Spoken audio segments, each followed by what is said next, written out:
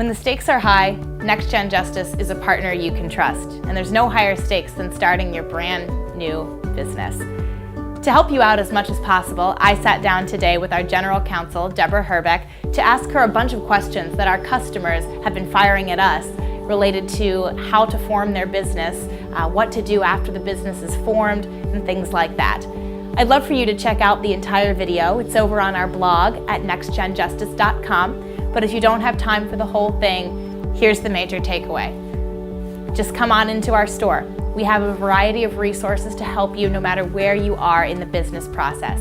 If you're trying to decide what entity to form, LLC, incorporation, nothing at all, we have resources to help you with that. Specific tax-related questions, we have a partnership with 1-800-ACCOUNTANT. We can put you on the phone with them and get those answered for you. And if your business is already formed, but you just need some help with human resources documents, non-disclosure agreements, and the list goes on, we've got you covered there too. Check us out online, nextgenjustice.com, for information on how to contact us, where our stores are located, and things like that.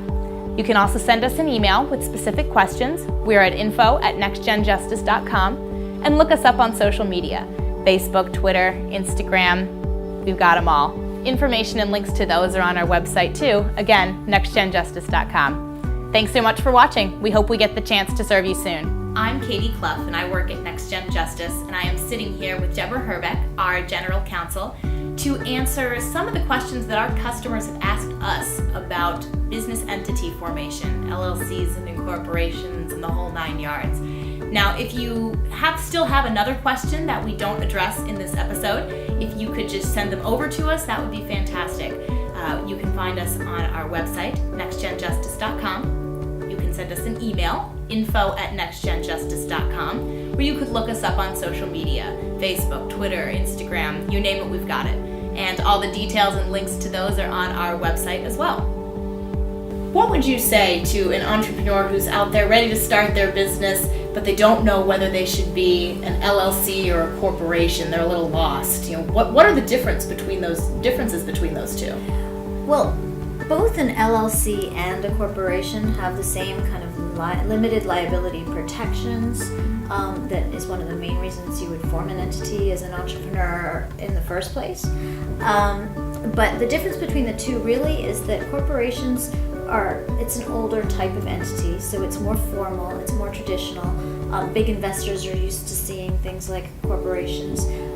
For the startup entrepreneur, LLCs are usually preferable to the extent that they tend to be more flexible, better, less formal. You don't have to do the same kind of resolutions for every corporate action that you want to take. So the issues are really whether you're ready to go out and look for investment, in which case you may want to have a more complicated structure, or whether you're just starting out and it's one person or two people. The LLC is often an appropriate way to go. But the other aspect that really informs the decision is your tax situation, because LLCs can be taxed through your individual tax return, whereas corporations usually need to file a separate corporate tax return. So you should always talk to a tax professional as a way of determining which way to go. So to piggyback on that, then, how does an entrepreneur know where to turn, when they're finding that tax professional? Well, as it happens, NextGen Justice has a strategic alliance with 1-800-ACCOUNTANTS. So we can put you in touch with them, and they will answer whatever tax questions you may have. Why would I even need to form an entity like that in the first place? Why couldn't I just operate, under my own name? Well, one of the main legal reasons why it's important to form an entity when you're starting up your new company or your new business is the limited liability protection that both an LLC or a corporation will provide you. And what that means is that if someone were to sue you, a client or a customer or a vendor or anyone, a partner, anyone that had anything to do with your business, a landlord, as long as you were operating through the entity, your exposure would be limited to whatever assets the entity itself holds. So for example, if you're a homeowner and in your individual name you own a home, and then you have a startup business that you're starting to do your new invention or project through.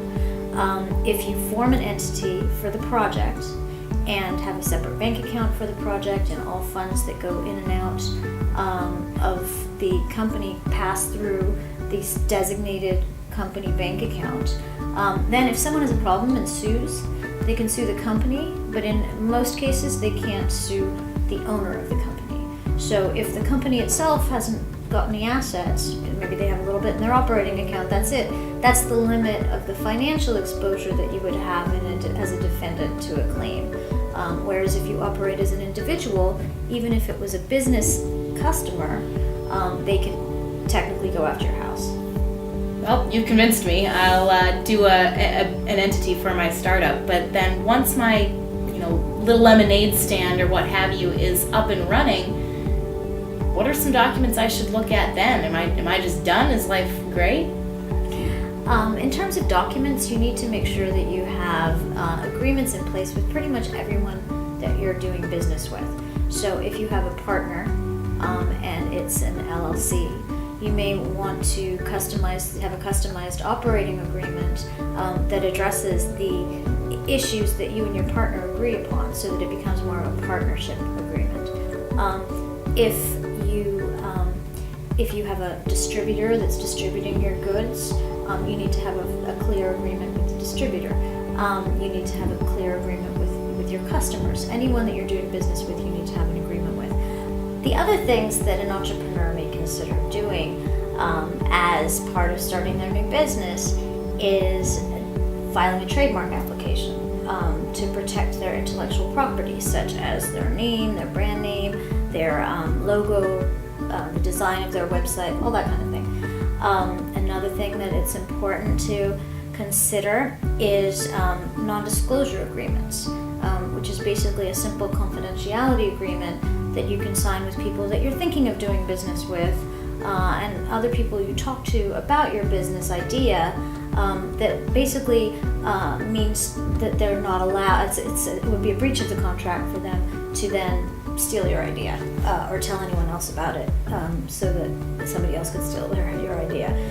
So that's an important protection to bear in mind. You may want to consider having a employee manual if you're thinking about taking on employees. You can protect yourself by having an employee handbook that specifies the rights and obligations of your staff. Those are the kind of things you want to bear in mind. Thank you very much for watching, and we hope to get the chance to serve you soon.